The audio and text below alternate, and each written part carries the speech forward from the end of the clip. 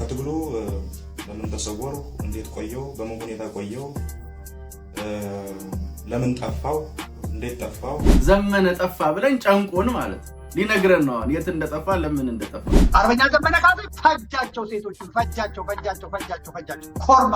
እነዚህ ናቸው አሁን ምስኪኑ ገበሬ እንዳያርስ ተማሪ እንዳይማር እክል እየፈጠሩ ያሉ። እነኚህ ሰዎች ለመነጋገር ዝግጁ አይደለም። ለምንድነው ለኢትዮጵያ ሲሆን የምትፈሩት? ለምንድነው የኢትዮጵያን ወደ ባህር በር መጠጋት የምትፈሩት? በዛ መንገድም ካላችሁ በነገራችን ላይ ኢትዮጵያ ጥያቄዋን የማስመለስ ብቁ አቅም አላት። በነገራችን ላይ ጦርነት እንደዚህ ውጊያ ምናምን የሚሉት የወሰዱበትን መንገድ ስለሚያውቁ ዩጋንዳ እንዲህ ስትፎክር የኢትዮጵያን ያህል ታሪካዊ መሰረት ኖሯት እኮ አይደለም። በነገራችን ላይ በህንድ ውቅያኖስ ላይ ኢትዮጵያ ከኡጋንዳ የተሻለ ታሪካዊ መሰረት ቀይ ባህር ላይ አላት። ጽምዶ ተታኮሰ ባድመ ላይ የህወሓት ታጣቂዎች የሻቢያ ታጣቂዎችን ያልተገባ እንቅስቃሴ መታገስ ስላልቻሉ ነው ይቷል። ህወሓትና ሻቢያ ያደረጉት ጋብቻ ነው ስንል ህወሓት የትግራይ ህዝብን አልያዘችም። የትግራይ ህዝብን ተውት፣ ታጣቂዎቿ እንኳን ያልተስማሙበት ጋብቻ ለዛን የተታኮሱት። እያየነው ያለነው ነገር ግን በትግራይ አንዋጋም ነው። በቃ ለቲፒኤልኤፍ እና ለሻቢያ ብለን አንዋጋም። ለዶክተር ደብረጽዮን የትግራይ ዲሞክራሲ ፓርቲ ወኪዬ ገብቼ ነግሬዋለሁ። የትግራይ ህዝብ ወደ ውጊያው እንዳታስገባ ብየዋለሁ። እያለቆስኩ ነው። እሺ ያኔ ተሳስተነው ነው ልትሉ ትችላላችሁ። እንዴት ከዚህኛው ስተታችሁ አትማሩ? አዲግራት ላይ የሚወጡት ወጣቶች፣ ባድመ ላይ የተኮሱት ወጣቶች አንድ ነገር ነው እያሉ ያሉት። ለሻቢያ ብለን አንዋጋም። ሰላም ጤና ይስጥልን ውድ ዮሐንስ ኮርነር ቤተሰቦች እንዴት አላችሁ ወይ? አለን እኛ ዮሐንስ ኮርነር ዛሬም ሰዓትና ጊዜውን ጠብቆ ወደ እናንተ መድረሱን ጀምሯል። ዛሬም በቆይታችን አበይት ፖለቲካዊ ጉዳዮችን፣ አሁናዊ ክስተቶችን፣ ቀጠናዊ ሁነቶችን በራሳችን ቋንቋ በራሳችን መንገድ እንመለከታለን። ዮሐንስ ኮርነርን ላይክ፣ ሼር፣ ሰብስክራይብ አድርጋችሁ ብትጀምሩ የበለጠ እንድንሰፋ የበለጠ እንድንተልቅ ያግዘናልና እሱ እንድታረጉልን ጠይቄ ጀምራለሁ። ቪዲዮቻችንን ወደ ተለያዩ የቴሌግራም ግሩፖችም ሼር ብታደርጓቸው ወደ ተለያዩ ቦታዎች እንድንዳረስ ያግዘናልና እሱ እንድታረጉልን ጠይቄ ነው የምጀምረው። ዛሬ በቆይታችን በጣም በርከት ያሉ ጉዳዮችን ነው የምናነሳው። ፈገግ የሚያሰኙ ጉዳዮችም አሉን። የዘመነ ጓደኛና ዘመነ በሳቅ ገለውናል። ምንድነው እያሉን ያሉት? እሱን የምንመለከትና የምናይ ይሆናል። ግን እሱን ብቻ አይደለም፣ የጽምዶ ትዳር የፈረሰ ይመስላል ብቻ ሳይሆን እንደው ነገሩ አጀብ ነው የሚያሰኝ ነው። በቪዲዮ ማስረጃዎች እንመለከታለን። የኢትዮጵያ የባህር በር ማግኘት የማይቀር ጉዳይነቱን ያጸናውን ጉዳይም ደግሞ ወደ ቀጠናው ትንሽ ከፍ ብለን የምንመለከትና የምናይ ይሆናል። ላይክ፣ ሼር፣ ሰብስክራይብ አድርጋችሁ ብትጀምሩ በጣም ያግዘናልና እሱ እንድታረጉልን ጠይቄ ጀምራለሁ። በድጋሚ ዛሬ በጣም ዘመነ በጣም ፈገግ የሚያሰኝ ነገር ተናግሯል። የት እንደጠፋው፣ እንዴት እንደጠፋው፣ ለምን እንደጠፋው እነግራችኋለሁ የሚል ቪዲዮ ሲዘዋወር አይቼ ዛሬ ሲገርመኝ ነበርና እስቲ እሷን ቪዲዮ እዩት።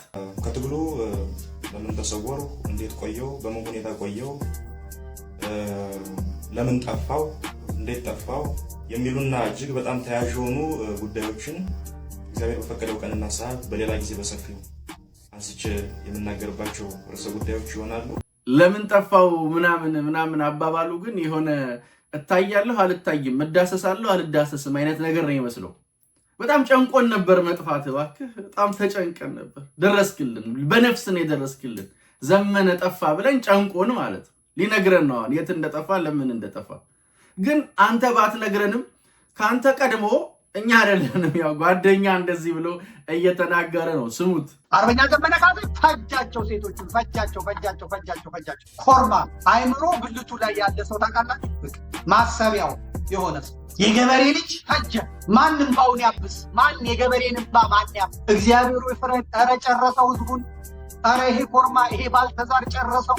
ኧረ እባካችሁ በፍጹም ሻቢያ ተቀራምቶታል፣ ወያኔ ተቀራምቶታል። የጎጃሙ ቡድን ማለት ነው። ወያኔ ተቀራምቶታል፣ ሻቢያ ተቀራምቶታል። ጎጃም ላይ በቃ ተሰብቷል። ፋይናንሱ ደግሞ ከግብፅም ሊመጣ ይችላል፣ ከማንም ሊመጣ ይችላል። የንጹሐን አምላክ ሲፈርድ ከስንተኛ ሴት በኋላ ተይዟል። በዚህም ምክንያት የአማራ ፋኖ በጎጃም ያሉ ሰዎች በዘመነ ምክንያት እየተጎዳን ነው እየተጠቃን ነው ብለው ነው መረጃዎችን እያቀረቡ ያሉ። ዘንድሮ እኮ ጉድ እኮ ነው። ሸዋ ፈራው ምን አለ? እኔ አንተ ኮርማ አይደለ አላስቀጠቅጣለ። እስቲ እናት እዚህ ጋር ነው። እኔ አንተ ኮርማ አይደለ አላስቀጠቀጠ ምን አባቴ ልሁን? እሺ መተን ወጣት ተማሪዎች አሉ ሰው እንሆናለን ያሉ። ይሄ እንቅፋት እኮ ነው፣ መሰናክል እኮ ነው። እውነቴን እኮ ነው፣ መሰናክል እኮ ነው። ሰው እኮ አይደለም። ዘመነ ትግሉ በየፈርጁ ነው ወገኔ። ዘንድሮ ትግሉ በየፈርጁ ነው። የጠፋው ለምን ጠፋው? ምንኛ አንተን ምን ያስጠበቀ ነገረን እኮ ለምን እንደጠፋ ቢዚ እኮ ነህ። እንዴት ያለ ነገር ነው እኮ ዋካችሁ። ትግሉ በየፈርጁ ነው። ዘመነ ጫካ ሆኖ ልጆች የወለደ ታጋይ ነው እንደምታውቁት። በጦር ሜዳው ፎቶ ይነሳል፣ እሱ ትግሉ ተጠልፏል ነው የሚሉት። ግን በጣም አሳፋሪ ሰዎች ናቸው እንደምታዋቸው ማለት ነው። እና የት እንደጠፋው ለምን እንደጠፋው ልንገራችሁ ምናምን አትበለን። እኛ ዘንድሮ ዘመነ ካሴ ስጋትነቱ ለምን እንደሆነ ከዚህ ቀደም አንስቼላችኋል። ስጋትነቱ ለዚህ ነው።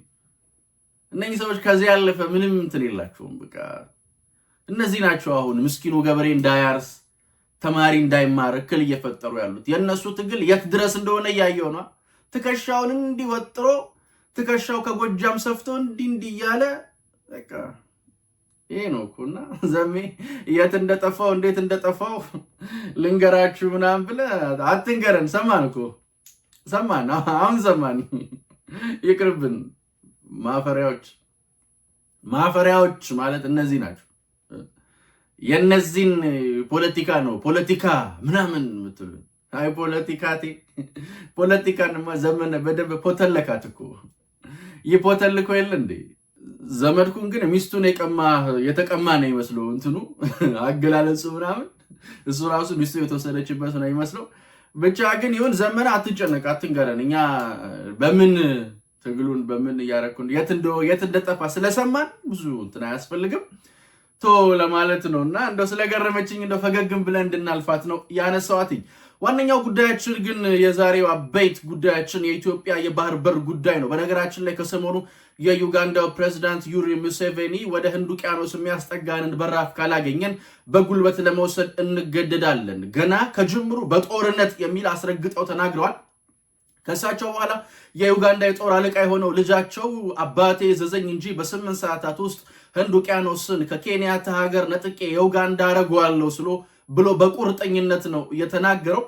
በጣም የሚገርመው ከዛ በኋላ የኬንያ መንግስት የሰጠው ምላሽ ነው። የኡጋንዳ መንግስት ኡጋንዳ ከህንድ ውቅያኖስ ተገብታ አትኖርም የሚል መግለጫ ሰጥቷልኝ። ለመነጋገር ጦርነትም አያስፈልግም ብለው ነው የተናገሩት። ያ ከሆነ በኋላ ደግሞ በጣም በሚገርም ሁኔታ እኔ ይሄንን ቪዲዮ እያዘጋጀው ባለውበት ሰዓት ላይ የኡጋንዳ ከፍተኛ ወታደራዊ አመራሮች ኬንያም ናቸው። የኡጋንዳ ከፍተኛ መንግስት ባለስልጣናት ኬንያ ናቸው ለመነጋገር። የሚገርማችሁ ነገር ይሄ ጉዳይ የግብፅንና የኤርትራን ነገር ያስታውሰኛል። ኢትዮጵያ የባህር በር የሚል ጥያቄ ስታነሳ ምንድነው የሰጧት ምላሽ?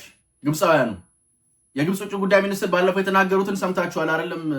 እስከ ፍርድ ቀን ድረስ ኢትዮጵያ የባህር በር አይኖራት፣ እንደተዘጋጅ ትኖራለች። እንግዲህ ኢትዮጵያ እንደ ዩሪ ሙሴቬኒ በጦርነት ምናምን አላለችም። ካልሰጣችሁኝ ይዋጋለሁ፣ የባህር በር ካላገኘው ወደ ጦርነት እገባለሁ የሚል ዛቻ አልዛተች። ኢትዮጵያ በሰጥቶ መቀበል መርህ ነው የጠየቀችው። ኡጋንዳ 45,000 ምናምን ጦር ነው ያላት። ከዓለምም በወታደራዊ አቅሟ 100 ምናምንኛ ናት። ኢትዮጵያ ከዛ በጣም በብዙ የሚልቅ አቅም አላት። ከዛ በጣም በብዙ ጥፍ የሚሻል ወታደራዊ ብቃትም አላት። ግን ያንን አላለች። እኔ ህዳሴ ግድብ አለኝ፣ አየር መንገድ አለኝ፣ ሌሎችም ነገሮች አሉኝ። በሰጥቶ መቀበል መርህ፣ በንግድ ትብብር የባህር በር ስጡኝ፣ አለበለዚያ መኖር አልችልም። እኔ በየዓመቱ አንዳንድ ኤርትራ መጨመር ሀገር ነኝ። ስለዚህ ለመኖር እየከበደ ይመጣል ብላ ነው የጠየቀችው። እንዋጋለን አላለች። ግን ኢትዮጵያ ያንን ብላም እነኚህ ሰዎች ለመነጋገር ዝግጁ አይደለም። ለምንድነው ለኢትዮጵያ ሲሆን የምትፈሩት? ለምንድነው የኢትዮጵያን ወደ ባህር በር መጠጋት የምትፈሩት? ለምንድነው?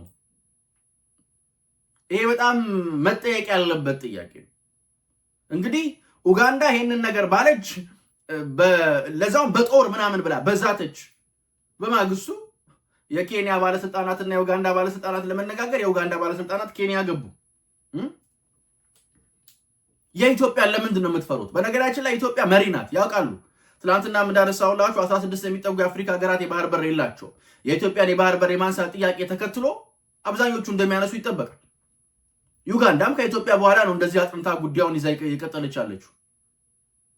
ኢትዮጵያን አፍሪካውያን እንደ ምሳሌ እንደሚቆጥሯት ያውቃሉ።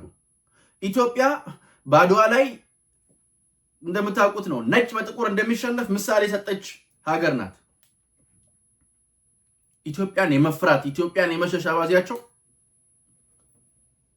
እንትን ነውና ኢትዮጵያን ስለጠየቀች ግጭት ቀስቃሽ አትበሏት።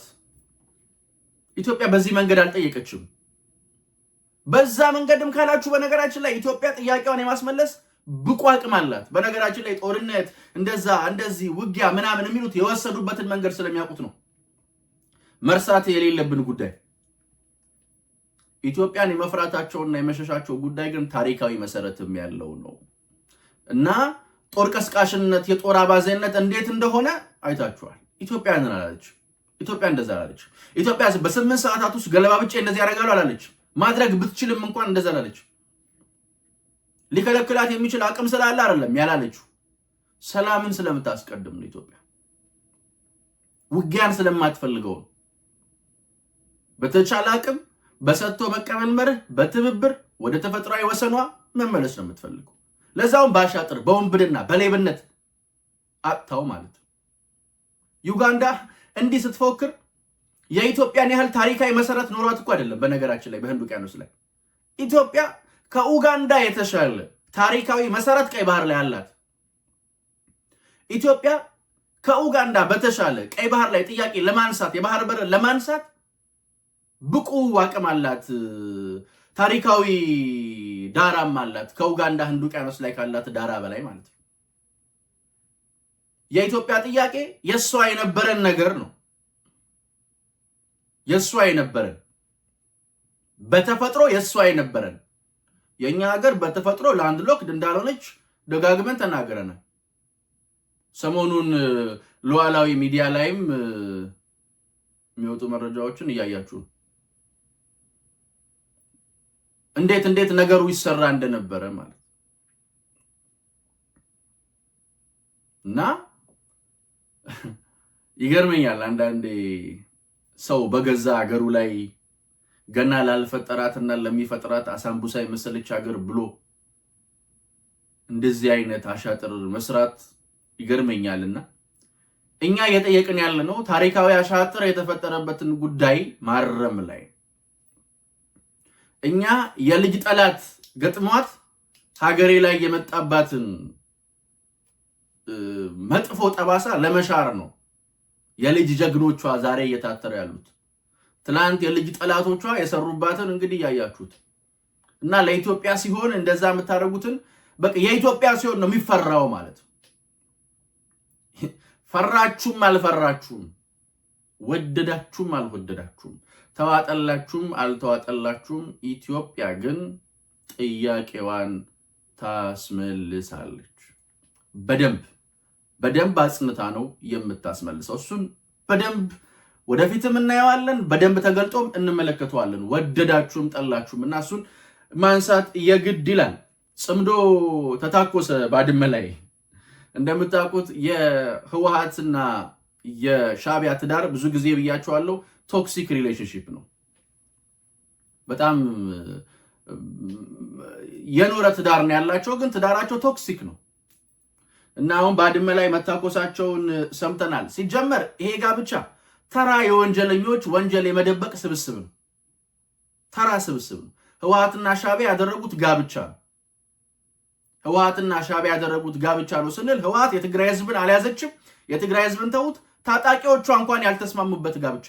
ለዛን የተታኮሱት የህወሓት ታጣቂዎች የሻዕቢያ ታጣቂዎችን ያልተገባ እንቅስቃሴ መታገስ ስላልቻሉ ነው የተዋጉትና ህወሓት ቀን እየጨለመባት ነው። ይሄ ቶክሲክ ሪሌሽንሺፓቸው ይዞት እየመጣ ያለው መዘዝ በጣም ከፍ እያለ ነው። አዲግራት ላይ ሰልፍ ተደርጎባቸዋል። ትልቅ ተቃውሞ። እኛ መኖሪያ መሬት እንጂ መቀበሪያ መሬት አንፈልግም። እኛ መኖሪያ መሬት ጠየቅናችሁ እንጂ መቀበሪያ መሬት አልጠየቅናችሁም። ስለዚህ የምንኖርበት መሬት ስጡን። ከኛ መሸሽ መፍትሄ አይደለም። ፊት ለፊት መታችሁ መልስ ስጡን እያሏቸው ነው።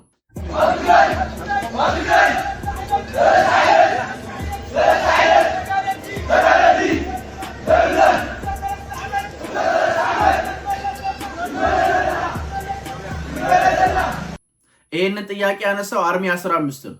አርሚ 15 ደግሞ የጀነራል ምግበይ ጦር ነው። እኔ የገረመኝ እኮ ነው እንደ ጋርዮች ዘመን በጦር አበጋዝ ትግራይን እያስመሯት እኮ ወዲ ወረደ።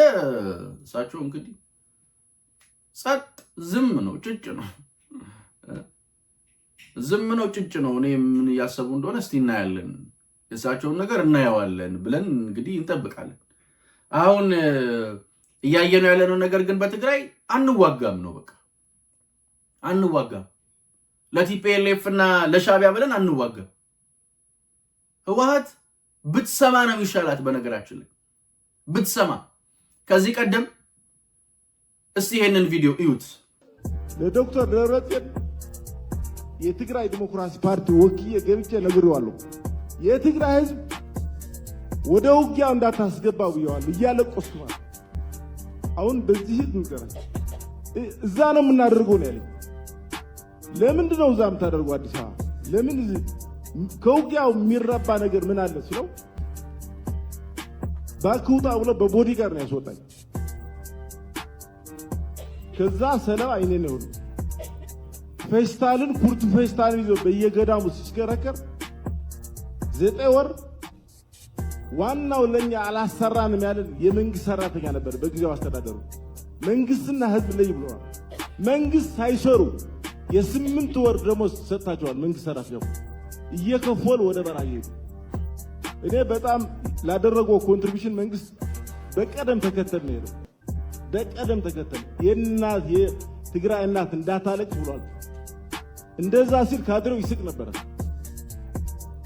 እንደዛ ሲል መንግስት ሰራተኛው ሲያለቅስ ነው። አሁን ግን ቁጥር 1 ተጎጂ መንግስት ሰራተኛ ነው በትግራይ ውስጥ። በትግራይ ቁጥር 1 ተጎጂ መንግስት ሰራተኛ ነው። ልጆቹ ራሱን እስከ አደባባይ ማነቅ ደርሷል። ሮማናት አደባባይ አሁን የመንግስት ሰራተኛ መለመኛ ሆኗል።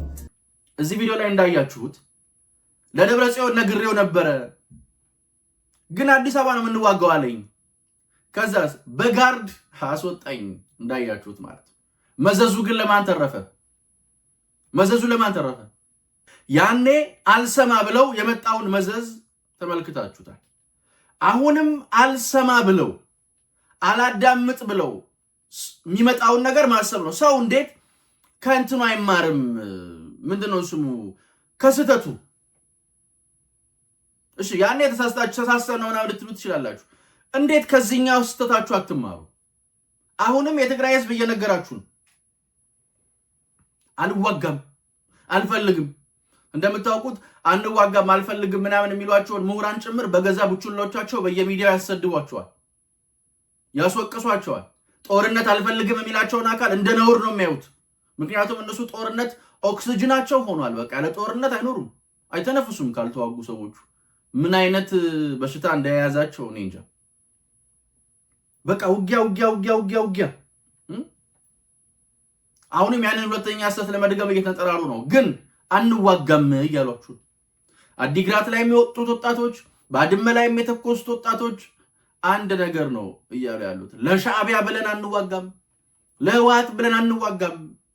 እኛ ጦርነት አንፈልግም፣ ሰላም ነው የምንፈልገው ነው።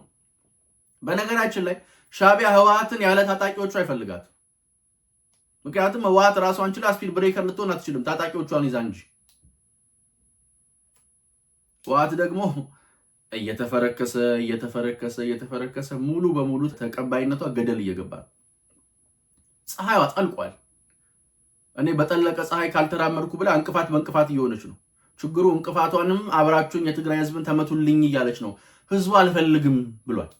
ህዝቡ ብቻ አይደለም እኮ ታጣቂዎቿ፣ ህዝቡን ተውትና ታጣቂዎቿ፣ የገዛ የህወሓት ታጣቂዎች አንዋጋም፣ አንፈልግም። ህወሓት ለሌላ አካል ስጋት ይሆናሉ ያለቻቸው ብላ ያስቀመጠቻቸው ታጣቂዎች የራሷ የህወሓት ከባድ ስጋት ሆኖባት ብቅ ብለዋል እና ፈራርሷል። ነገራቸው ገና ይፈራርሳል። ገና ይፈራርሳል። ምክንያቱም የተሳሰሩትም የተመሰረቱትም በተራ ውንብድናና በተራ ወንጀልን ለመደበቅ በተጠራራ ዓላማ ቢስ በሆነ ግልብ ፖለቲካዊ መንገድ ስለሆነ ማለት ነው። ፖለቲካ እንኳን ተብሎ ስም ሊሰጠው ትንሽ የሚቸግር ተራ ውንብድና፣ ተራ ሌብነት፣ የሀገርን ድንበር እንትን ብሎ የሚሰራ ውንብድና ማለት ነውና ከዛ አንፃር የሚወጡትን መንገዱ መረጃዎች ምናምን ስናይ ነገር አለማቸው የተጣፋባቸው ቶክሲክ የሆነ ትዳራቸውም እንደገና እየተምታታ እንደሆነ እያየን ነው። ወዲያም አለ ወዲህም አለ፣ ግን ኢትዮጵያ ጠላቶቿን እያሸነፈች ትቀጥላለች። እኔ ግን ሁሌም እንደምለው እንደማይለወጥ አንድና ውድ ቃል፣ አዲስ ትውልድ አዲስ ተስፋ፣ ሁሉም ጥሩ ይሆናል፣ ሁሉም በጎ ይሆናል፣ ሁሉም ሸጋ ይሆናል። የኔና የእናንተ ሀገርም እንደ ልማዷ ታሸንፋለች፣ እንደ ልማዷ ድል ታደርጋለች። ፈጣሪ ኢትዮጵያና ሕዝቦቿን አብዝቶ አብዝቶ አብዝቶ ይባርክ። ውድ ዮሐንስ ኮርነር ቤተሰቦች ቸር ቆዩን። እየነገሰ ይበለን። ቺርስ